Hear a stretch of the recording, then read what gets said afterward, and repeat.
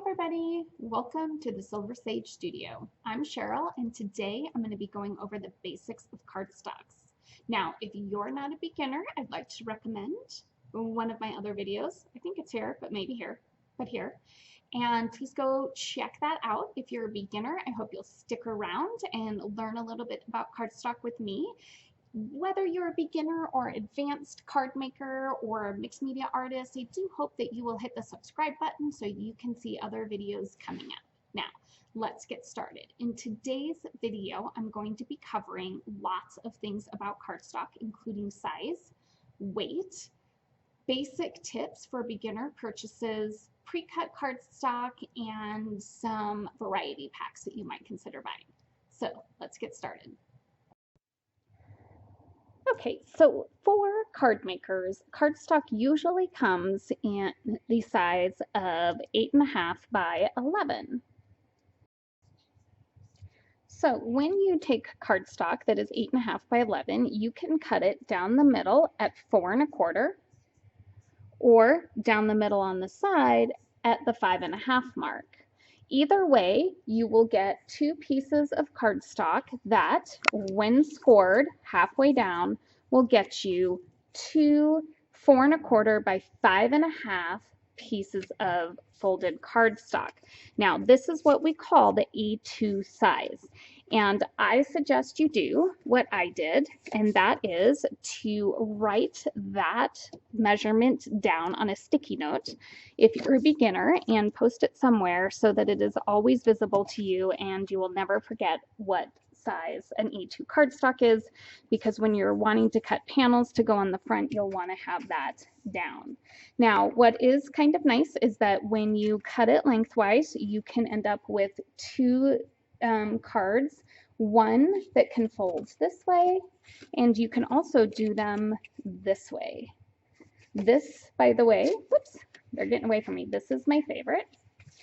When you do the other way, you can have a traditional open card, or you can have a card that opens, say, more like thank you notes that you buy in the store open. I really love this cut, but lots of people like to do this cut. Either way, however you cut your cardstock, you'll end up with two card bases. Now, I wanted to talk for a minute about 12 by 12 cardstock because I think a lot of us came to the card making world from our scrapbooking world. And like me, you maybe have a lot of 12 by 12 cardstock that you have on hand and would love to be able to use in card making. So you can either cut this down to be 8.5 by 11 and then make two card bases out of that, or you can cut it at the 6-inch mark and get two square 6 by 6 cards. Now, really quickly, while I have this out, I want to show you this. Really quickly, while I have this out, I want to show you my paper cutter. This is a Fisker paper cutter, and it came with two blades. This is a cutting blade. This is a scoring blade. I keep my scoring blade on all the time and just keep it pushed to the back. The only time when I need to take it off is when I'm going to be cutting a 12 by 12 sheet of paper because it goes too far. But most 11-inch papers are going to end here. Well, all 11-inch papers are going to end here. So I have room to keep that on there all the time. This saves me space. I only need one thing to do two tasks, cutting and scoring, but it's also just kind of handy to have, and I'm not pulling out two different pieces of equipment to cut and score. So I'm scoring this here at 6 inches. And now I have a 12 or 6 by 6, excuse me, piece of cardstock. This is a great way to use up a lot of that cardstock you have. You do need to go buy 6.25 by 6.25 or 6.5 by 6.5 envelopes, which can be a little bit pricier than A2 envelopes, but I think it's kind of a fun size to play with. All right, so I want to talk a little bit about envelopes. I like to buy my A2 envelopes in bulk. So if you remember, when you take a cardstock that's 8.5 by 11 and you cut it in half, you get two A2 size cards, 4.25 by 5.5. I buy these from Amazon, and they end up being 8 cents per envelope. As always, I'll link below in the notes to everything that I talk about here that is still available. So this comes in bulk. You get 100 cardstocks for, I think, $8, right? That'd be 8 cents per envelope. And then they're all white. But I also have in here a piece of colored envelope to show you that you can buy colored envelopes as well. If, for example, you know that you use a lot of green, it might be worth it for you to buy a couple packs maybe of green envelopes to coordinate with the cards that you use. I, at one time, not so much anymore, I used a lot of craft cardstock, so it made sense for me to have craft colored envelopes. I also have some Simon Says stamp, I think it's cotton candy pink envelopes to go with their cardstock. You can buy colored envelopes at pretty much any card making store. Simon Says Stamp, Ellen Hudson. If you go to Hero Art's website, they have matching envelopes. I believe Gina K's got matching envelopes, so there's a lot of different places that you can buy that. I do want to make note that sometimes the more unusual sized envelopes cost more money. So for example, I did look up 6x6 envelopes, and I don't have any on hand right now, but I will link in the notes to them. They do cost 24 cents per envelope if you buy them from Amazon because they are an unusual size. I like to keep some of these square, smaller ones on hand. These are nice when you have just little scraps of cardstock that you want to create maybe some small thank you notes or a hey, thinking about you kind of card in them. But I do want to say we've got to be careful. So I sent out 2 graduation cards using this envelope size, which is 4 1/4 by 4 1/4.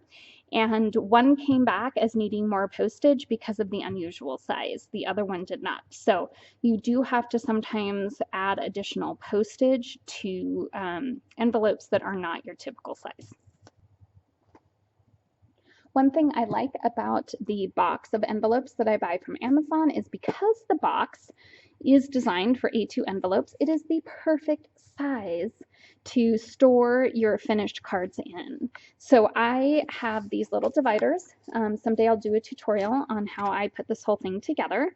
But it's got the dividers with the type of card name in it, and then behind it I have the cards.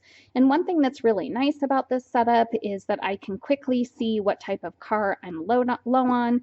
For example, I have no retirement or graduation cards right now, and I have only 2 Get Well cards.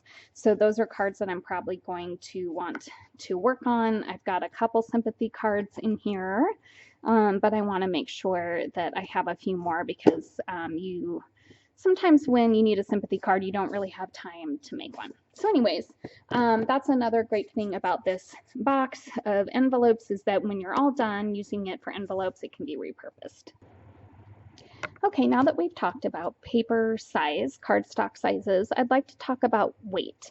Weight of cardstock is determined by the manufacturers taking 500 sheets of that cardstock and weighing it. So thicker cardstock, 500 sheets of it, might weigh, say, 110 pounds. 110 pounds is about the highest that I've seen in normal crafting cardstock.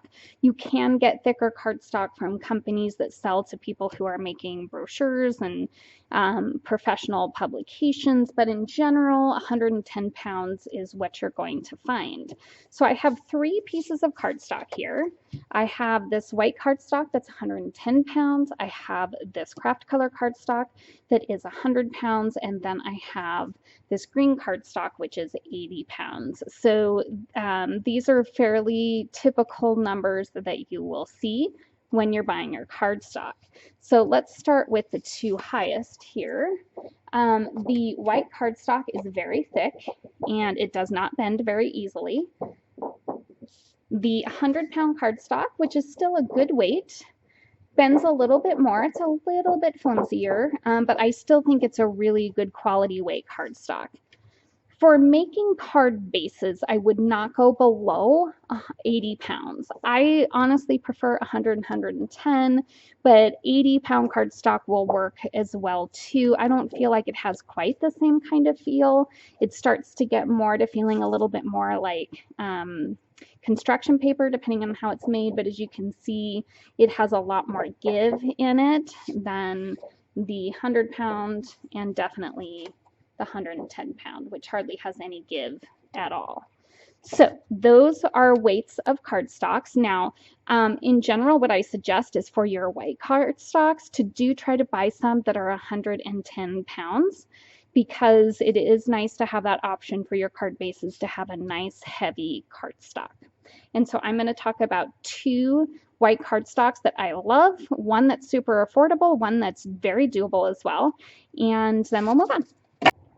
All right. So let's talk about white cardstock. So I'm primarily here talking about cardstock that you might use for any kind of technique or for a card base. So I'm really looking for that heavy 110-pound card base. It is perfectly fine to go buy yourself an 80-pound white cardstock that you can use for other things. But if you want something hefty and that's versatile, I would make sure that you have a pack of 110-pound white cardstock. The first brand that I use, which I don't have on hand right now, is the Paper Tray Ink cardstock. It's just a nice bright white, and it's also 110 pounds, and I just love their cardstock all around. The second is this one, which is the Nina Smooth Solar White. I like this for a number of reasons. One is that it is super smooth. It is great for ink blending. You're going to get a nice smooth surface. It can even be used for Copic markers. It's that smooth. It's also 110 pounds. Keep in mind that Nina makes white cardstock in 100 pounds, and they even sell an 80-pound cardstock at, say, Office Depot. So if you're looking for 110 pounds, make sure you're paying attention to that when you're buying Nina Solar White cardstock. The option that I think is really great for beginners is from Michaels, and it's the Recollection White Cardstock 110 pound.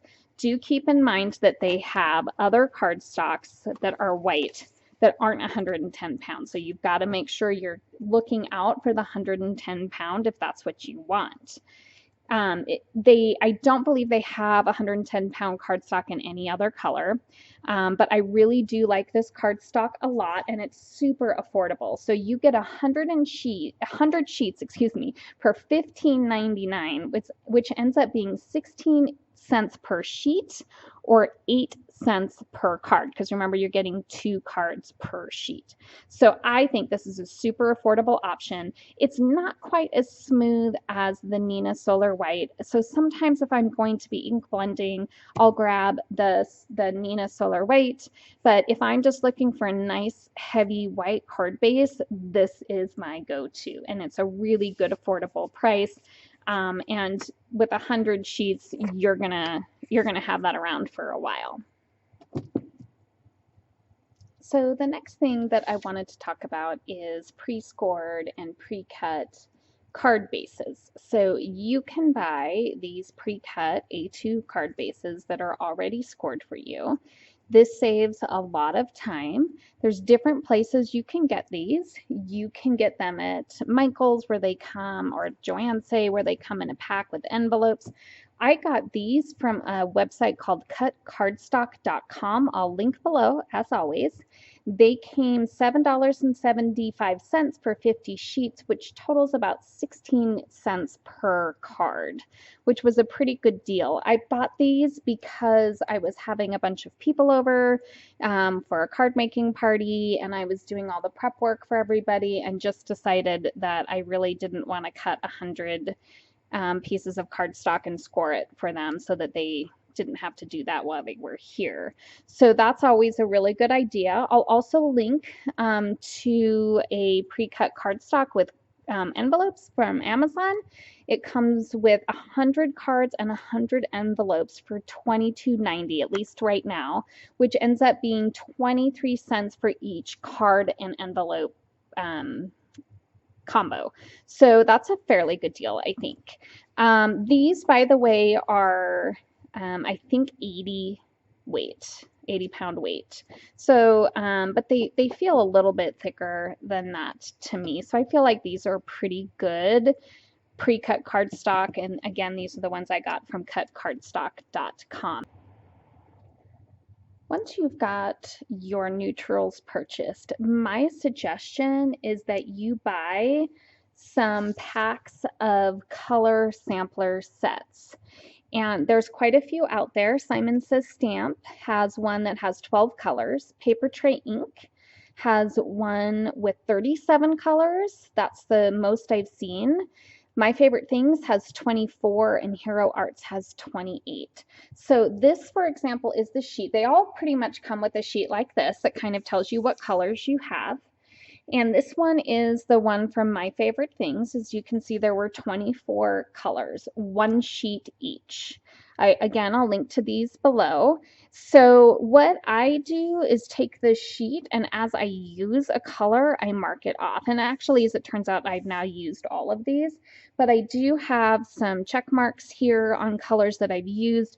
That's a good reminder to me when I go to buy cardstock and I want to throw some color cardstock into my shopping cart online, then I will look at this and go, okay, well, I used these colors before I used anything else. And it kind of helps me figure out what I'm going to buy a bigger pack of.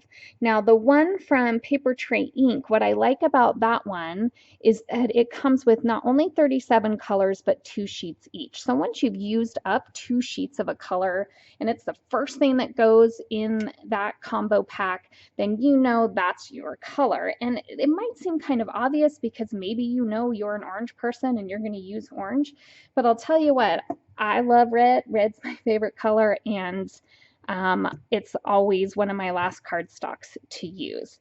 I almost always, as it turns out, use turquoise first, pinks, and a coral are always my colors that go first. So when I started buying full sets of colored cardstock, that was my first go-to. Those colors would be my first go-to. Anyways, check these out. It's a great way to make sure you have any color that you might want on hand without having to go and spend hundreds and hundreds of dollars of packs for every color. This can really help you when you're starting out. My suggestion. Okay, so once you have your whites and your sampler set, let's talk about some other neutrals that you might want to buy. I really suggest that you buy a black cardstock. I really like the Hero Arts black cardstock and also this basil, not sure how you say that, licorice cardstock. This is a really nice solid black. And then you're going to want to think about another neutral. So I personally prefer the Mina Environment cardstock. This says Desert Storm, but I think it's the same thing. It's a nice craft color and it's kind of light and it's pretty versatile. But you might, let's see if I can get this in here. This is my container of neutral cardstocks. You might think of a gray or maybe a dark brown if that's a color that you tend to use or like. I really like this one here. This is from Paper Tray Ink, and it is called Okay, things are falling down on me. This is called Soft Stone, and it's a really nice soft gray, and it almost reads a little bit like a white, but it is a nice soft gray. I think this is a great color that could be used for all sorts of things. There's also here Vanilla Malt. This is from Lawn Fawn. This is a really soft cream color that I think would be pretty versatile. And I love to have vellum on hand with card making, so you might think about buying a little bit of vellum, but really try not to go overboard because you don't want to buy stuff that you're not going to use, right? So think about a black, a white, and another neutral that kind of suits your style. Okay, let's talk about storage. Now, I can't take credit for this idea. I got it from, I think, Jennifer McGuire. She's got lots of great videos on storage, so I would suggest you go check her out. I'll link to her website down below. But this is what I use. This is a magazine holder, and it is a nice big fat one. And so for the packs of color that I have purchased, I put them in these plastic envelopes. She uses something different. She uses job cards, I think they're called. I just buy these plastic clear envelopes off Amazon. I will link to them. They can come in color or clear, and of course I want clear so I can see the colors.